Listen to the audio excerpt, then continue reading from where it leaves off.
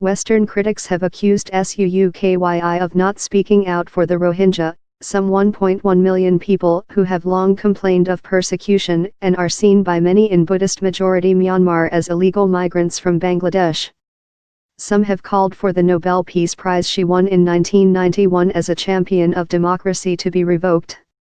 Of course, our resources are not as complete and adequate as we would like them to be, but, still, we try our best and we want to make sure that everyone is entitled to the protection of the law, she said during a visit by Indian Prime Narendra Modi to Yangon. Suu Kyi on Tuesday blamed terrorists for a huge iceberg of misinformation on the strife in the northwestern state of Rakhine, but made no mention of the Rohingya who have fled. She has come under increasing pressure from countries with Muslim populations, and this week UN Security Council Secretary-General Antonio Guterres warned there was a risk of ethnic cleansing in Myanmar that could destabilize the region. Myanmar has said it is negotiating with China and Russia to ensure they block any Security Council censure over the crisis. Suu Kyi said the situation in Rakhine has been difficult for many decades and so it was a little unreasonable to expect her administration, which has been in power for 18 months, to have resolved it already.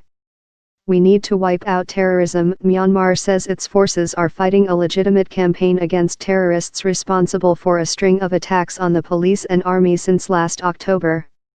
Officials blame Rohingya militants for killing non-Muslims and burning their homes. We need to wipe out the threat of the terrorism in those regions, Kokoh Lang, a presidential advisor of the previous government, said on Thursday at a forum arranged by military-owned media to discuss the crisis. He said rehabilitation and development are important and the citizenship issue must be settled, but the first priority needed to be the detoxification of dangerous ideology of extremism.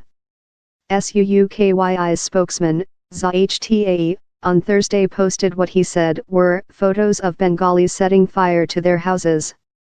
These photos showing that Bengalis are torching their houses emerge at a time when international media have made groundless accusations of setting fire to Bengali houses by the government security forces and the killings of Bengalis, said the 11 media daily exodus could reach 300,000 rights monitors and Rohingya fleeing to Bangladesh say the Myanmar army has been trying to force them out of Rakhine state with a campaign of arson and killings.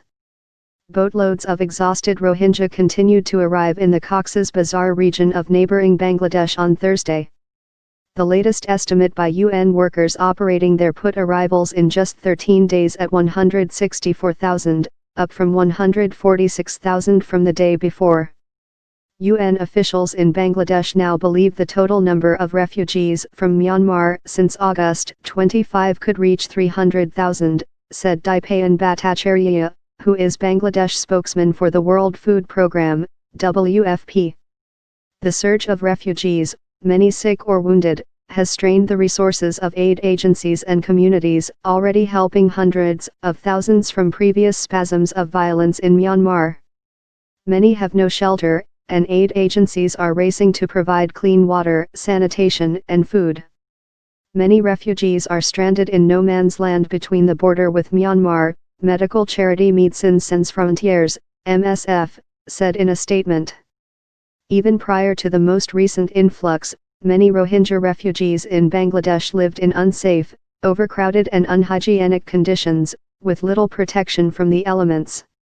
It said more nurses, midwives and doctors had been brought in to tackle violence-related injuries, severely infected wounds and obstetric complications.